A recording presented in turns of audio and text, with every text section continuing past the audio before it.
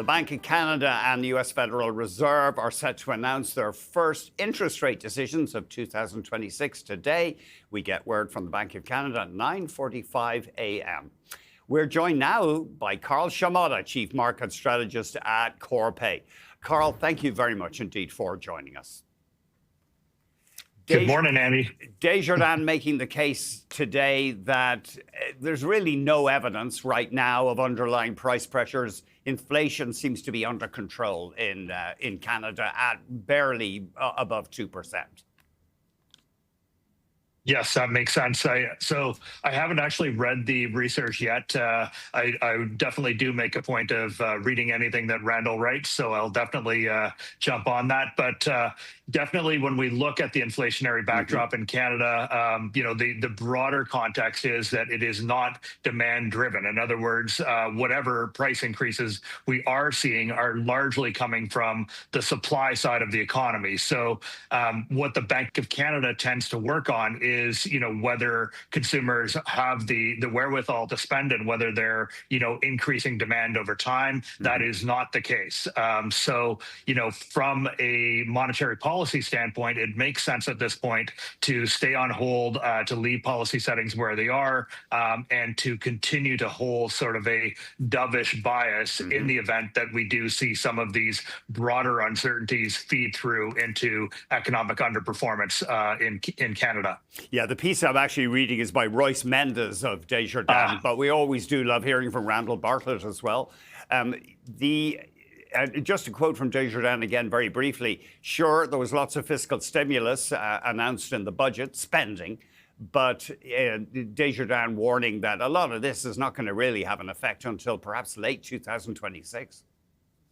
That's right. And, the great part about this is that we have recent experience to tell us that, right? We did see a large number of fiscal announcements coming under the last government, under Trudeau, and it took years for those to show up in the bottom line, if they ever showed up at all. So, it does not make sense at this point to be making policy on the expectation that we're going to see a sudden surge in demand coming from, a increase in public spending.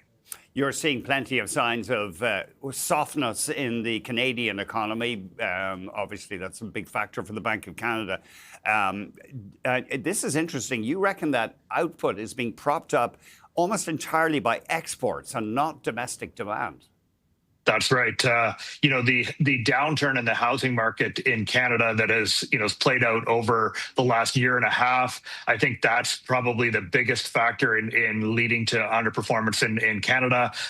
But as well, we've had this huge shock of trade uncertainty, policy uncertainty that has weighed on business hiring, that has impacted how consumers spend, and that is leading to very, very weak demand at an underlying level across the Canadian economy. And so, unfortunately, that's being somewhat obscured by the fact that exports have held up, and a large part of that has to do with tariff front running, as opposed to really strengthen underlying global demand. And so I think at this point, your bias certainly has to be toward continued weakness in the Canadian economy, as opposed to a sudden overheat of the type that might require the bank to step in with a rate hike at some point. When we compare the benchmark rates in America and Canada, certainly Canada's been far more aggressive with attempting to stimulate the economy over the past couple of years with lower rates. That's right. And it did come off the starting block faster than the U.S. And so I do think that is helping to put a floor under the Canadian economy. But, it does mean that U.S. rates have further to come down. And that is part of why we're seeing the U.S. dollar underperforming its global counterparts and underperforming the Canadian dollar in specific right now. Does it mean, so we're looking at the target rate for the US Federal Reserve. Of course, we get their decision today.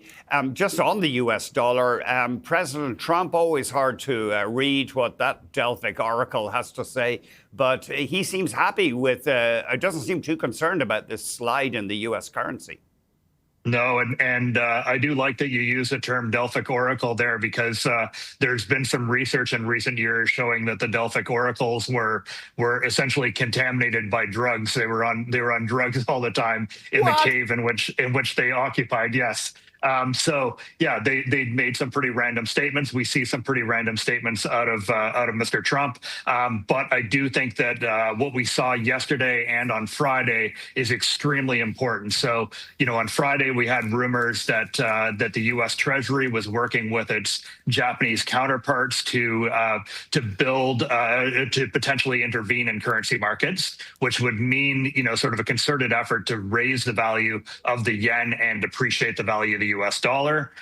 So the last time that we really saw something like that was back in 1985 after the Plaza Accord.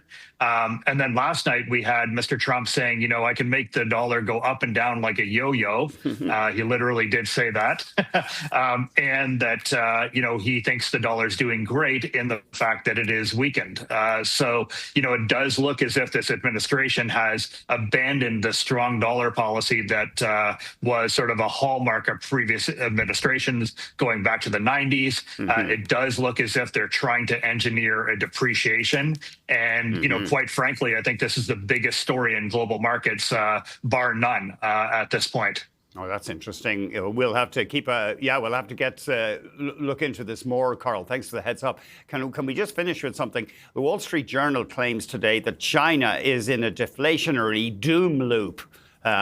Always good to get the word doom into a headline.